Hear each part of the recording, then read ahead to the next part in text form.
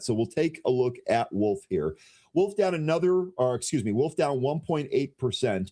This has actually been kind of volatile recently, and we just had some big news with this. So yesterday we had news in the morning that TeraWulf announces Anthropic lease as justified data campus and sale of majority interest in Abernathy joint venture to FluidStack.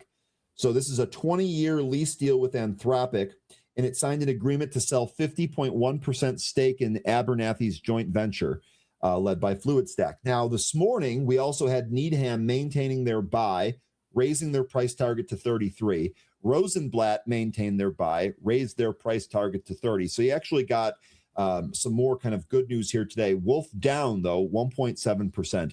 Here's what we have in Wolf. We actually drew this trend line. This is kind of a longer one. This goes back to 2024, and this connects a lot of those highs. We're basically falling back into this kind of, I almost want to call it a normal channel here, or a more normal channel.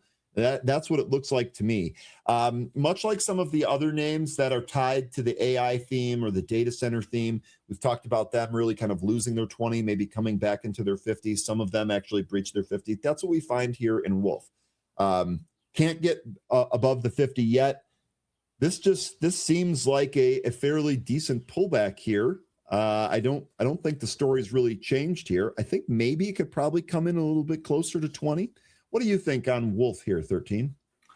Yeah, this does look like it could come in a little bit more. It has sank already quite a bit. Let me see here. It's exactly how much. So we did put in a low of almost about 30% off the high.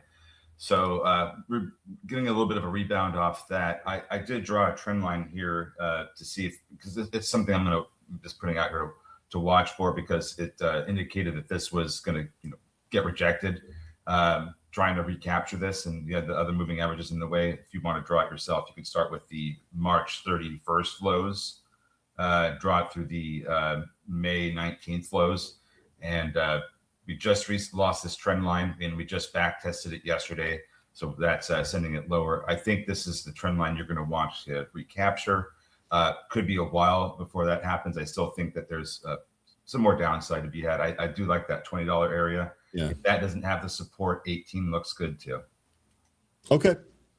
All right, there you go, Eric. Let me know what your thoughts are on this. I actually can't. I know I try to do my best job to remember how you folks think about certain stocks.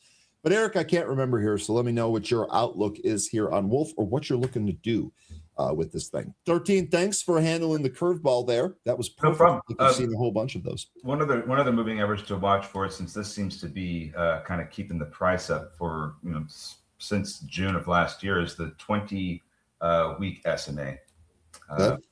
That's just something else to watch for. If we lose that, and we have like 3 or 4 weeks where we close underneath it, I think that's going to spell some more downside for you. But you can see how the price has been just leaning on this for support ever since June last year.